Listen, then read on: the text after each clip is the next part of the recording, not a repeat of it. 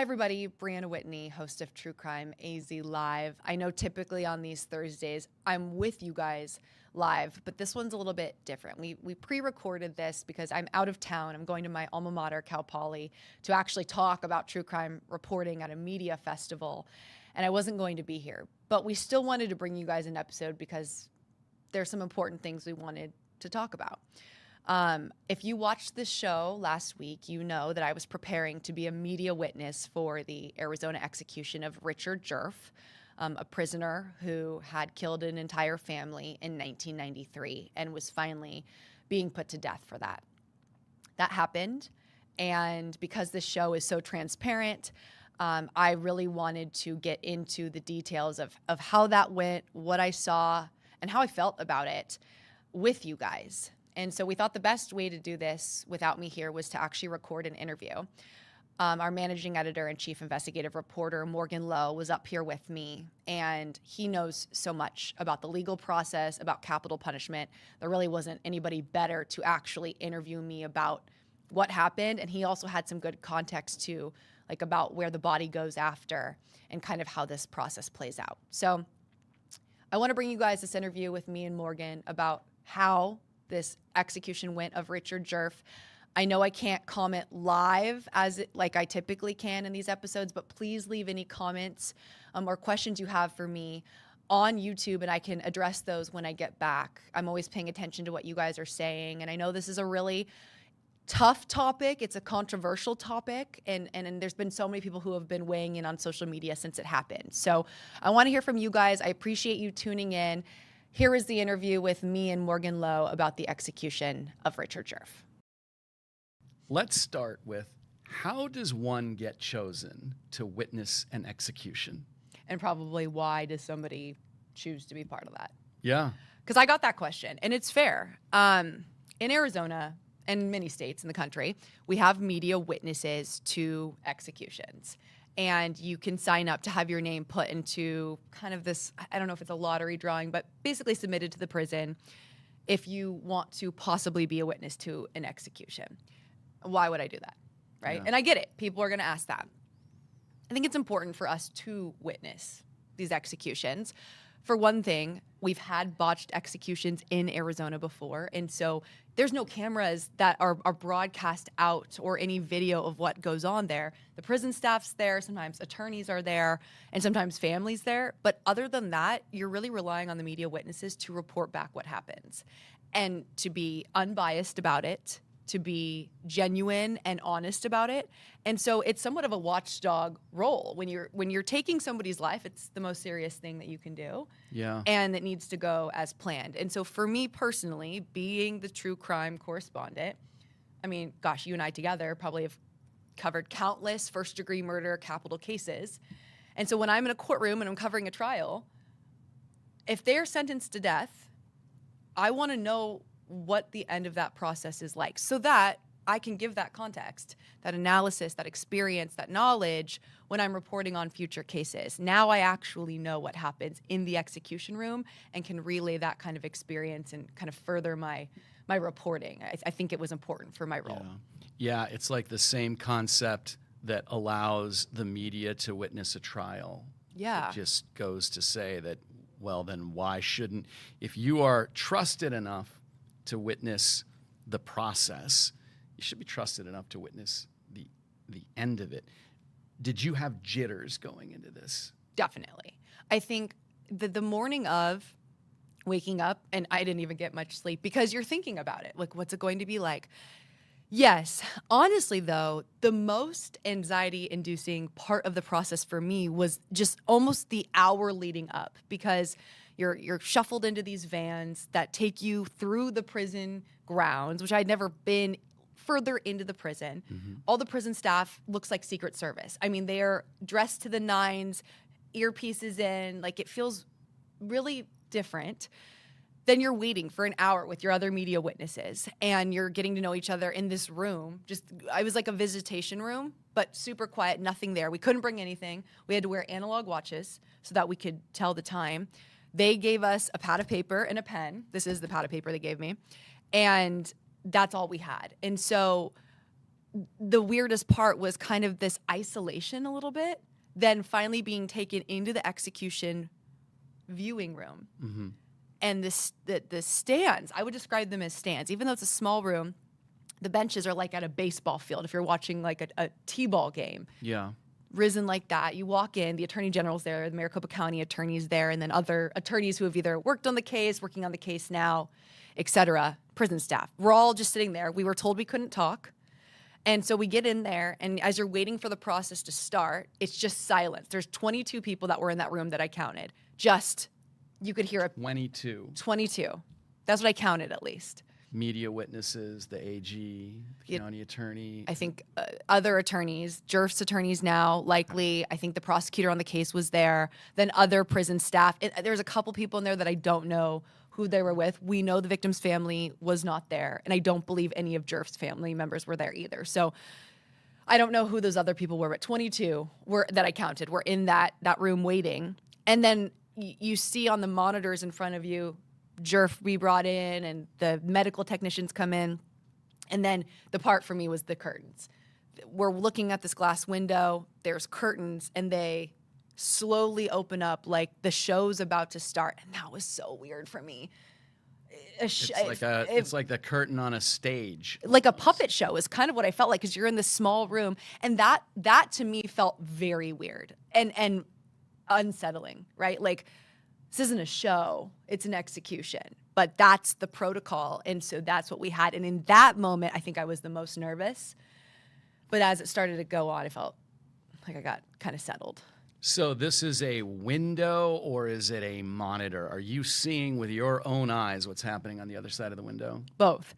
So the curtains were over the glass window in front of us. That's what opened up. So we're a direct line into the execution room. But there were other cameras in the execution area, and then in front of us, to the right, to the left, above us, and then behind us, in the viewing room, there were monitors. And those showed the syringes, the plungers that they would use to administer the cocktail.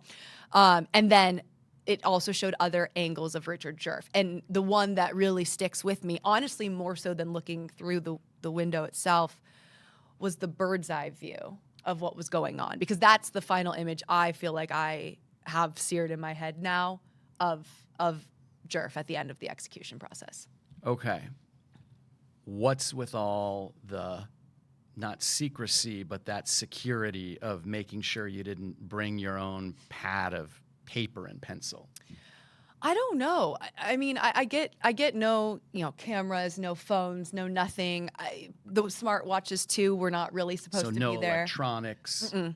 No. I guess it goes to that idea that they don't want this videotaped. They don't want it recorded by anybody. It's supposed to be recorded in your mind.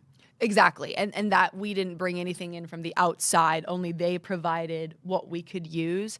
I don't know. I mean, is there a possibility somebody could have brought a pen that was a recording device? I mean, maybe that's partially this. But yeah, they told us to leave everything except for our IDs. We did bring our IDs with us. If I go back and I think about movies that I saw, The Green Mile, there was something in there where they talked about execution day. Mm-hmm. It was somber. Was there a palpable mood that you were able to, clue in on what the atmosphere was like? Yeah. I mean, I think it kind of changes throughout the day, because when you're first taken into the prison, you're taken into this room with all of the media. So that's including the witnesses and then everybody else who's covering this execution. And there it's just kind of quiet. There's not a lot going on. But I think the closer we got to the actual execution, the more nerves you could sense. And I think when the media witnesses were taken to this other room and we waited there for like an hour, that was... We were talking to each other to get to know each other, because at the end of the day, this very small group of people was about to witness something together that is so out of the ordinary that you almost were looking for the connection, the feeling with somebody else or other people to be like, okay, we're going to be okay. That part, I think, was the most tense, but then somber and dark. I think I would describe the mood as we all waited and watched the actual execution take place. After we left, I feel like there was this like relief, like, okay, we got through that. We did it.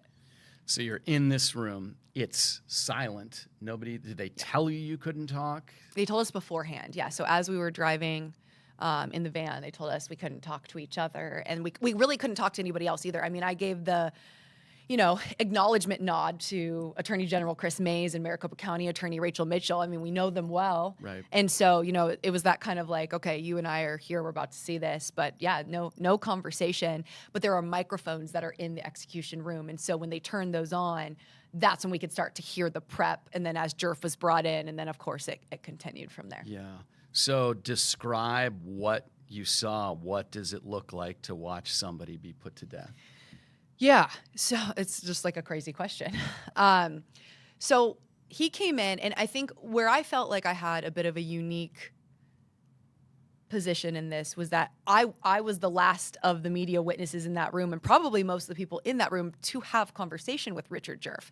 He had been messaging me for several days before this. He had really, shown immense remorse at this point in his life, wanted the victims to be remembered. He told me he wasn't afraid to die, but that he did have anxiety that people were going to watch. So I was curious what he was going to be like when he came in. And I would imagine that your experience was different from the other witnesses, because in some way you had developed some sort of a reporter-subject relationship. Yeah. It wasn't just this person who committed a crime 30 years ago, like maybe he was with some of the others. And that is a great point. Fox 10's anchor John Hook was also a media witness. And the reason he was a media witness was because he covered the Loew family murders in 1993. And it was so heinous and so awful. I mean, a family of 4. We have the teenage daughter raped and killed. We have the 5-year-old boy killed. He made the mom and the son watch each other die. I mean, it was a horrible, horrible crime. And that stuck with John Hook. And so for him, he wanted to see that through till the end. I was not even 1 year old when this happened. And so my only connection with it was, one, watching the jailhouse interview that our anchor Scott Passmore did with Richard Djerf in 1995, where he was very nonchalant about the crimes themselves, admitted to them, but very nonchalant, and my conversation with Djerf today. And it was odd. It was odd to have, some sort of, I don't call it a relationship but some sort of rapport, I guess, with him ahead of time. I had just been talking to him. And so it was odd. Yeah. And so I had the context that when he came in, I knew he was afraid that people were going to be watching. That seemed to be what settled with him. And he did not look out at us at all, not once. In fact, he kept his eyes shut really through this entire process. So he's restrained onto the gurney. He's wearing all white. And they come in, the prison staff comes in to announce and read the death warrant. And that happened just a bit after 10 a.m. They ask Djerf if he has any last words. He says, "I do not."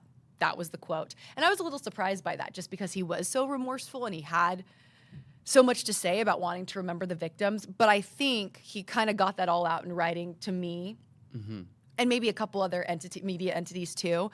And Albert Luna Jr., the target of this crime, who Djerf had become obsessed with, that he had stolen something from his apartment, he who found his family dead was not there. There was no victims' family members there. And so my thought process was, Djerf didn't feel he had anything to say to attorneys and media witnesses. Maybe would have been different if the Luna family had been there, or members of the Luna family. I'm not sure. He says, "I do not." They took a long time to get the IVs in. And that was the biggest issue with this whole execution process on Friday. I mean, we watched them put needles in and out of each arm for probably a good 10 minutes this went on. And he didn't flinch. I mean, he just kept his eyes shut, just took it. But they did struggle. And they came out later and said, he's a really big guy, and he is a really big guy. So it wasn't necessarily shocking that they struggled on that. But that was definitely the part that I would say didn't go quite as planned. Okay. But after that, he said he didn't have any words. There was nobody, there was no priest or anything that came in. Sometimes that can happen. That was not the case here. And they said this will begin. And so on the monitors above, we could see them. There were 8 syringes, but they only used 4, two green and 2 black. And that's the drug cocktail that they use here with, I think, phenobarbital was the drug that's used mostly. They started to put one of those in, and pretty quickly after they started the first one is the only time that we saw any sort of reaction from Djerf. He took a few puffs, I would describe it like kind of like that, and then what sounded like a very small snore, and then it looked like he just went to sleep. That was the end of any movement we ever saw from him. They kept going with the next syringe, and about 20 minutes in, 20 minutes in, they went to check on him, and it seemed like they were checking for a pulse. By that point, now we're at about 10:30, and I don't think he was alive at that point, but they continued the process. The main thing that I noted was that as this was going on, it was pretty quick, no movement, but the color drained from his face so quickly, like a bluish gray. It went from like a normal skin tone to blue gray so quickly. That was hard to see. So you could tell by the way he looked more than by the way he acted. Anything physically that happened? 100%. Wow. Yeah. So it's done. Does somebody come out and say, we pronounce him dead? How does that happen? So the same prison official that announced the death warrant ended up coming back in and said, official time of death, 10:40. The media witnesses all agreed. We think between 10:30 and 10:32, he was deceased at that point. But that was the official time of death was noted as 10:40, and then the medical staff, went away. And the medical staff and the technicians that perform this is also, I think, a very odd, mysterious portion of this whole thing. They come in, there's 4 of them that performed this, all in white from head to toe. Like, we could only see this part really of their faces. I don't even know who was a man and woman.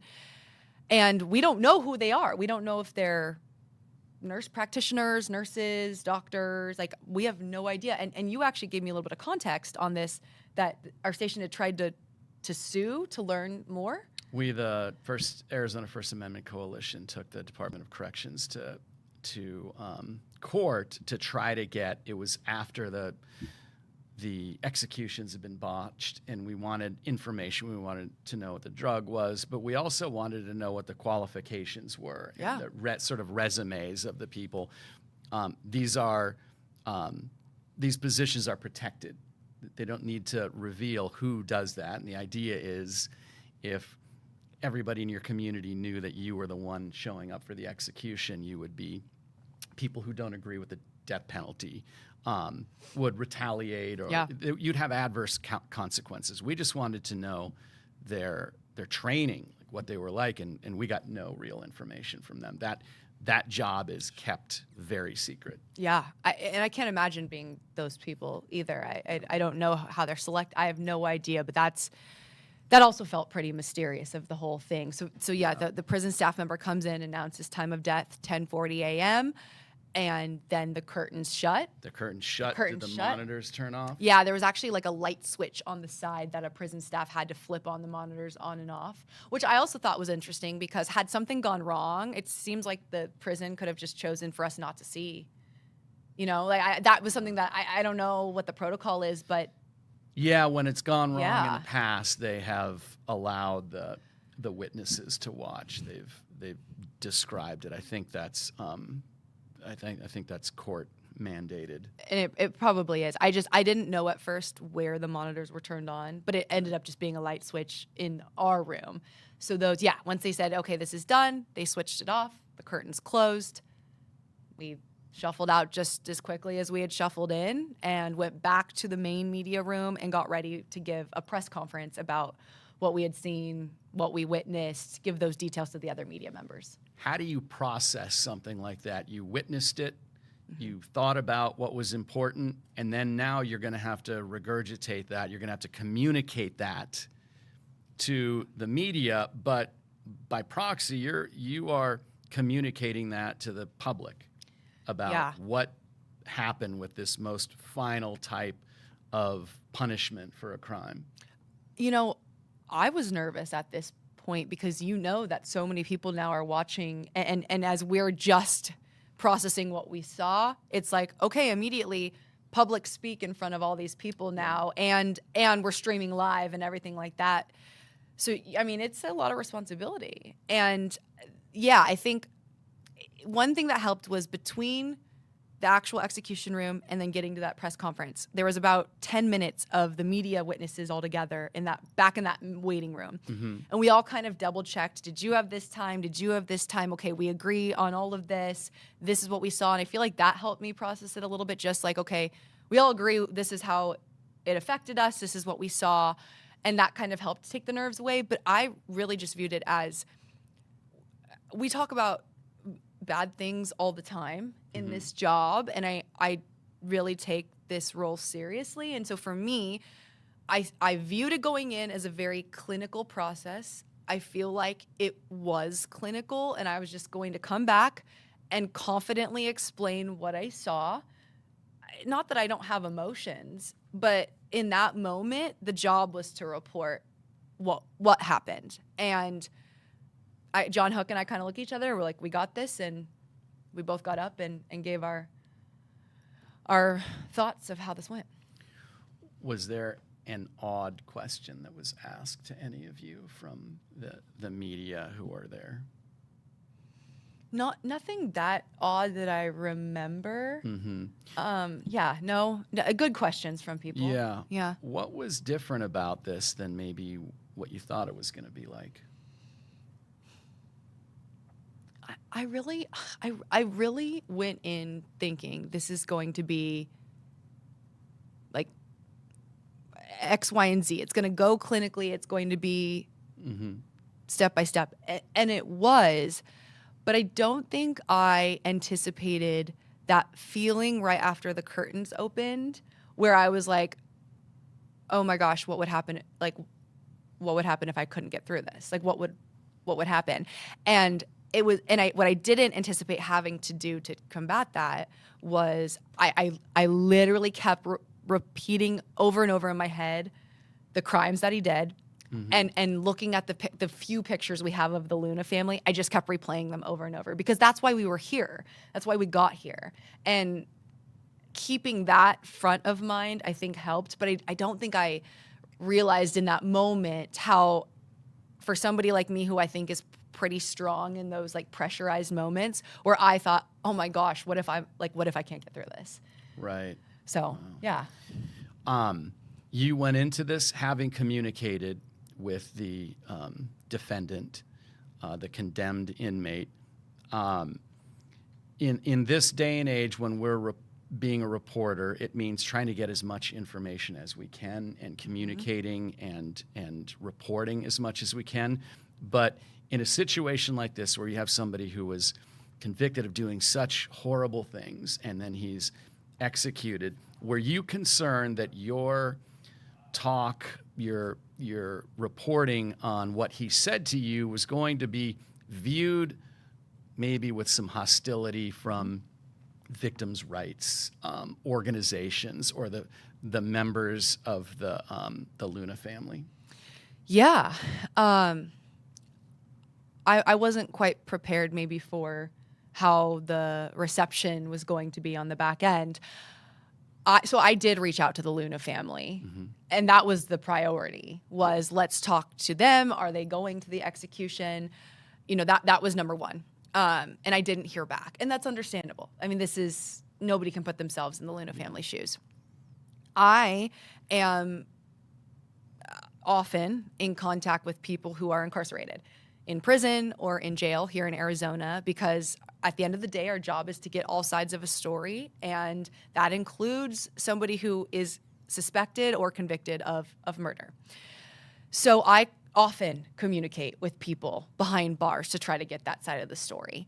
And so this wasn't different for me, so to speak, but I think when we're talking about death penalty, yeah, there were some questions about that. I had some people on social media ask me, how are you communicating? Why is that allowed? And I just explained, inmates have the ability to message their family members, people who sign up and can, message them through this prison email system, so to speak. It's also how they communicate with their legal teams. And that is true no matter what. So on my end, I just kind of explained I have access to this, to inmates around the country for this reason, because we can seek information. And I felt that it was important to learn, of the other executions I've covered, I haven't witnessed, but have covered, none of them have shown any remorse or said anything about the victims or the crimes themselves. Richard Djerf was actually pretty candid about it and shockingly showed a lot of remorse. And in some form or fashion, that almost made me feel better about what was going on, because he also believed he should die. Like, this wasn't was he wrongly convicted? Are we putting somebody to death who isn't guilty? And I get those concerns, right? Like, that's so concerning. In this case, Djerf agreed that this should be his fate. And I think maybe hearing that from him too, like, it's my time. I did this horrible thing. Remember the victims, not me. This is how I go. Maybe helped the situation a little bit. But yeah, I get why people would ask, why are you talking to him? Do you and I briefly talked about this earlier, but do we know if Djerf's family requested that his remains be repatriated to their community? I don't know. I know his parents have died. I looked them up. He might have a brother, but I don't think anybody was very close with him. So I don't know that. But that's something I asked you, because I gotten some questions on social media, like where we know the medical examiner takes custody of the body after the death, but they didn't tell us in that moment where it goes next. And so I was asking you that, and you had some context here. Yeah, there apparently is a pauper's grave near the prison in Florence, if not on the grounds, near the grounds, and that is where the condemned, the executed inmates go if their families don't want them back. And I'd heard about that because I'd heard one serial killer from Arizona who was executed, and the family didn't want him, so they buried him out there. I don't know exactly where it's located, but yeah, not incredibly surprising that would be the situation. No, I didn't know until I asked you if there was cremation involved or if it was a burial. I didn't know, and so that was a question that I had gotten on social media, which I thought was a completely fair question. So everything that we do as journalists affects what we do in the future. Everything we've done in the past affects what we do in the future. How is this experience going to affect your reporting in especially the true crime genre as you move forward? For one thing, I think I now have the context to give to a death sentence. There's been a few times since I've worked here that somebody has been sentenced to death. The zombie hunter investigation comes to mind. And I've had no concept before that of what that actually means. This is, in Arizona, as of now, it means decades on death row, appeal after appeal after appeal. It means the back and forth of the death penalty going forward and executions going forward here being paused. I mean, it's a long road to justice for everybody involved. But now I know what a death sentence really means, what the end of that actually looks like. And so I'll be able to carry that with me to enhance the reporting that I can give, the analysis that I can give, I think, as I cover trials going forward, and give a little bit more humanity to the process itself, rather than just guessing and not knowing. I can actually say for certain how it goes. I think that's important. But I think, the one thing that was a little tough was the social media reception on this. That's new, and that's different. Yeah. So I went into this knowing the death penalty is extremely controversial, and I know that. And I also knew people would ask, why would you be a media witness? And we explained, we think it's important so that if something goes wrong, we're there to report it and to be transparent. But I came outside after the prison and recorded a video like minutes after about what I had seen, just very factually. Nothing enhanced. Just this is what happened. Yeah. This is how it went. This is how I felt. And the reception on that video was every which way. It was, you look like you're smiling, you look way too happy, you look too excited. Or it was, you should be smiling, this guy's a vicious murderer, we should be celebrating this. Or it was, I don't like that you said it was peaceful. He should have had a violent death like he gave the Luna family. Or it was, why are you wearing makeup and a yellow jacket to an execution? Why do you look happy? You should look upset. This is way too peaceful. You should be this. And I thought in that moment, there was no winning on this. I wasn't happy. I was just factually reporting because that was my job. In the end, like, my job was to say, this is what happened. Yeah. I wasn't going to a funeral for my own family member, but at the end of the day, I'm a television reporter, and I approached the day as I would a work day, getting ready for the day, there to report the facts. And that was hard because it was so split. Some people coming to my defense. Somebody actually said I should be on the gurney. For how and there was just no winning. And I think that was a hard thing because I understand that people have questions. There were people from other countries commenting, why do you even do executions? And I get that too. Like Australia, they were, people were asking. It was so split. And so I think that was hard. I was trying to respond to people. I don't always look at the comments. We can't in this job, but I did feel something serious like an execution warranted some response to feedback. Like, we want feedback, but I wasn't happy about it, and it was hard to see people be so split. Well, and it's your job. It's my job, yeah. You're not a social media influencer who just chose to do this. This was your assignment, and I think maybe some viewers in their impassioned typing tend to forget that. Right.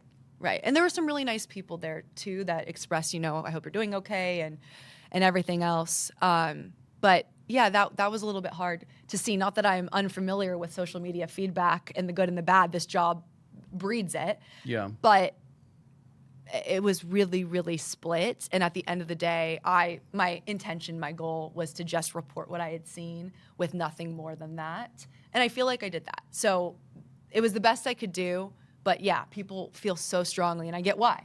I just got caught a little bit in the middle of how people felt about the topic itself.